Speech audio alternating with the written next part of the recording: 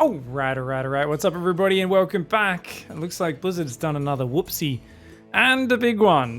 We saw World Team League tweet this just yesterday. Hey, Blizzard, we found there's a serious issue with the battery after the update. Can you have a look, mates? I was a little bit confusing, these images. Most people were like, what? What's happening? What is this? What?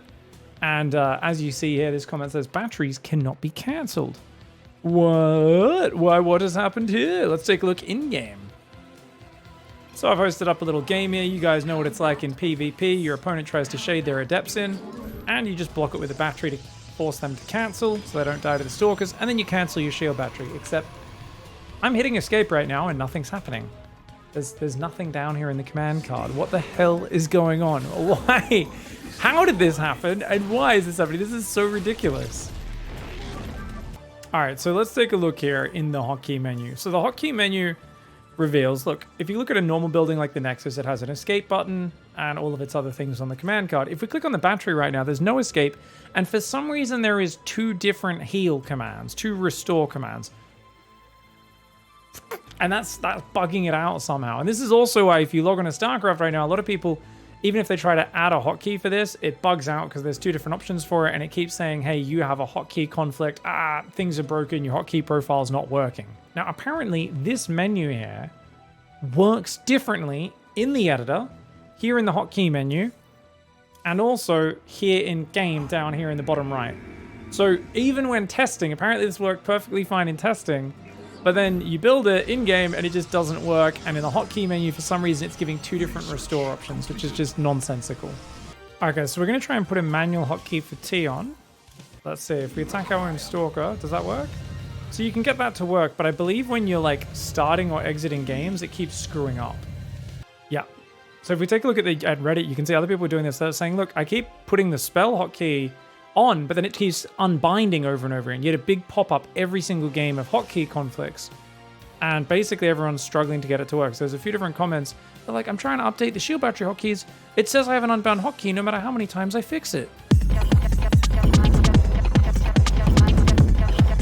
Okay, so apparently there's another issue that came through as well, where normally when you lift a building and go to place it, you get this green image. But apparently with the Orbital command center, it wasn't working. Now, I'm putting that down and it seems to be working just fine. So I don't know what's going on with this because people have said there's no placeholder model apparently. It's bugged out, it's not working. And I don't think there's any way they could have fixed this in time. But it seems to be working just fine for me. But apparently something's broken around that. It seems like it's working. We'll wait and see. Now, of course, the cherry on top of the cake, we've also got a nice little bug report thread here on the Battle.net forums from HyperTurtle. It says, by the way, guys, the new portrait for Oliveira is labeled 2023 IAM champion Oliveria. No way. All right, so I haven't actually looked at this new profile. I'm using the Oliveira, or back when he was named Time reward from many years ago, from when he was in the top 16 of the World Championship, and every player in the top 16 got a portrait in game. Okay. All right, so there we go, guys.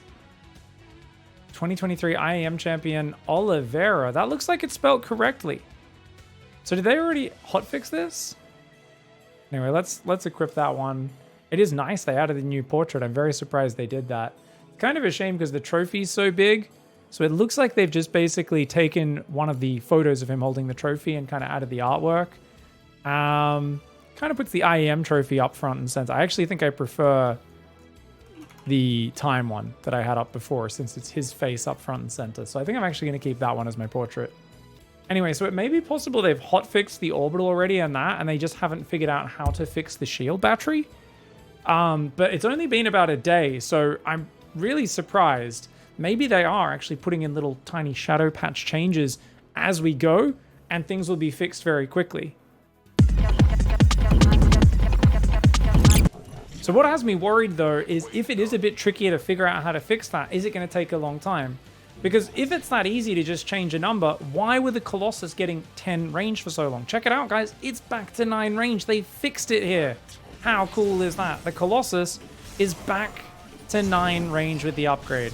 They fixed it, and that was one of the many bug fixes that has gone through in this patch, which has now gone and broken the shield battery's ability to cancel. which is, like we said, game breaking for PvP. The reason this is such a big issue is, I mean, you got to look at this and just think to yourself, the Colossus range broke. When was that? 10th July? Somewhere around there. It's August 24th. So it's taken them a month and a half to fix this tiny issue for Blizzard to push through something which was instantly fixed when people realized it was instantly fixed by the community in mods that they'd built. So lots of different bugs were fixed that, you know, had been solved by the community and kind of put through. They're finally all put in, but a few new things are broken. And part of me is wondering, is this just the price we have to pay now?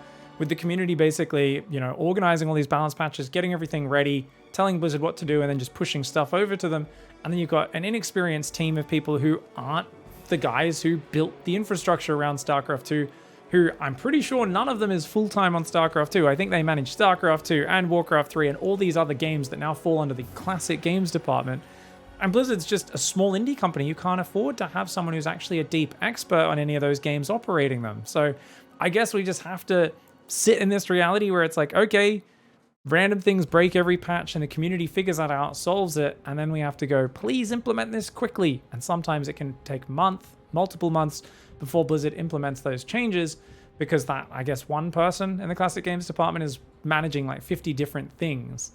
I mean, it's kind of frustrating at this point. You're like, it's cool we've got these changes, but it's so annoying because the problem is that these unintended things go through to the ladder experience and they hurt people. You know, in terms of the community playing tournaments, the pro community doesn't matter for the most part. Occasionally affects the tournament result, but usually it's like, bam, you just play on the mod and you keep on going.